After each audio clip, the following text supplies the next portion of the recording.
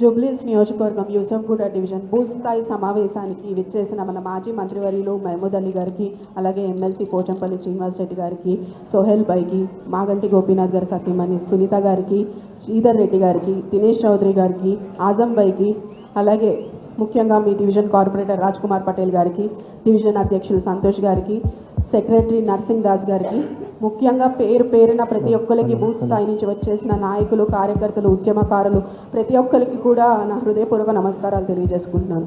గోపన్న మన మధ్య ఈరోజు లేకపోవడం చాలా బాధాకరం. మనందరినీ ఎలా చూశారో మీ అందరికీ కూడా తెలుసు.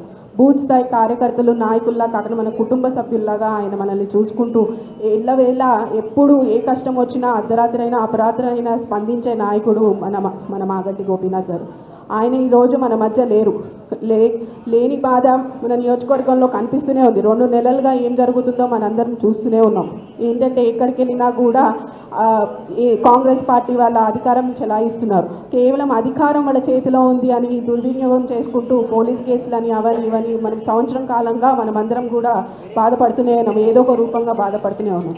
మనం ఈ సమయంలో మనం నిరూపించుకోవాల్సిన అవసరం ఉంది. గోపన్న ఎలాగైతే జూబ్లీహిల్స్ నియోజకవర్గంలో దృఢమైన క్యాడర్ని మనల్ని ఏర్పాటు చేశారో బీఆర్ఎస్ నాయకులు, బీఆర్ఎస్ పార్టీ ఇంకా మన మధ్యలో ఉంది అనేది మనం నిరూపించుకోవాల్సిన అవసరం రానున్న బై ఎలక్షన్లో మనకి అనివార్యం. కాబట్టి మీ అందరూ కూడా ఇంకా ఎక్కువ కష్టపడి మనం ప్రజల్లో ఉంటున్నారు. ఇప్పుడు కూడా మీ అందరూ కూడా ప్రజల్లోనే ఉన్నారు. మనం అందరం కూడా తెల్లారు లెగిస్తే ఎన్ని సమస్యలు ప్రజలు మన మధ్యకి తీసుకొస్తున్నారో తెలుసు. మనం ఎక్కువ కష్టపడాల్సిన అవసరం కూడా లేదు. ఎందుకంటే కాంగ్రెస్ పార్టీ ఇస్తానన్న 6 గ్యారంటీలు వాళ్ళ అమల్లోకి తీసుకురాలేని పరిస్థితిలో పార్టీ ఉంది. కాబట్టి మనం ఎక్కువగా కష్టపడాల్సిన అవసరం లేదు. జస్ట్ వాళ్ళు చెయ్యని పనులు ఏదైతే ఉన్నాయో, వాళ్ళు ఇచ్చిన హామీలు ఏదైతే నెరవేర్చట్లేదో అదే మనకి ప్రజలకి గుర్తు చేస్తే చాలని ఈ సందర్భంగా మరోసారి గుర్తు చేస్తున్నా. ఎందుకంటే మీకు తెలుసు, మహిళాభివృద్ధి 2500 రూపాయలు ఇస్తా అన్నారు. వస్తున్నాయి అందరికీ? గట్టిగా చెప్పాలి. అలా 500 రూపాయలు గ్యాస్ సిలిండర్ ఇస్తా అన్నారు. వచ్చినాయా మీకు ఎవరికైనా? 200 యూనిట్లు ఫ్రీ కరెంట్ అన్నారు. ఇస్తున్నారా? కళ్యాణ్ లక్ష్మి షాదీ ముబారక్ తులం బంగారం ఇస్తామన్నారు. వస్తున్నాయా? ఇవి చాలు మనకి. ఇది మనం చెప్పుకొని మన బీఆర్ఎస్ జెండా మనం గెలిపించుకోవాలి. మన బీఆర్ఎస్ జెండా మళ్ళీ జూబ్లీహిల్స్ నియోజకవర్గంలో మనము ఎగరేయాల్సిన అవసరం ఎంతగానో ఉంది. ఇప్పుడు విచ్చేసిన ఎమ్మెల్సీ దాసోజీ శ్రవణ్ గారికి స్వాగతం పలుకుతూ, అలాగే మీకు తెలుసు ఎన్నో అక్రమ కేసులు బీఆర్ఎస్ నాయకులు, కార్యకర్తల మీద ఎన్నో అక్రమ కేసులు పెడుతున్నారు.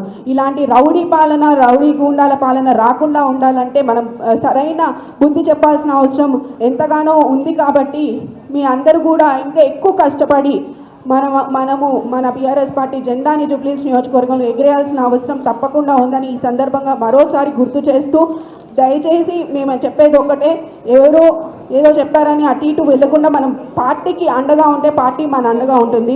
రానున్నది డెఫినెట్గా ప్రజలే కాంగ్రెస్ పార్టీని అపోజ్ చేస్తున్నారు. ప్రజలే కాంగ్రెస్ పార్టీ మాకు వద్దు, ఇంకోసారి మాకు కేసీఆర్ గారు ముఖ్యమంత్రిగా రావాలి, కేటీఆర్ గారు మళ్ళీ మనకి రావాలి, ఒక మంత్రిగా రావాలి. ఎందుకంటే కేటీఆర్ గారు హైదరాబాద్ని ఎంత బ్రాండ్ స్థాయికి తీసుకెళ్లారు, ప్రపంచ స్థాయికి తీసుకెళ్లారు. మనందరం కళ్ళ ముందు జరిగిన అభివృద్ధిని మనం మర్చిపోకూడదు.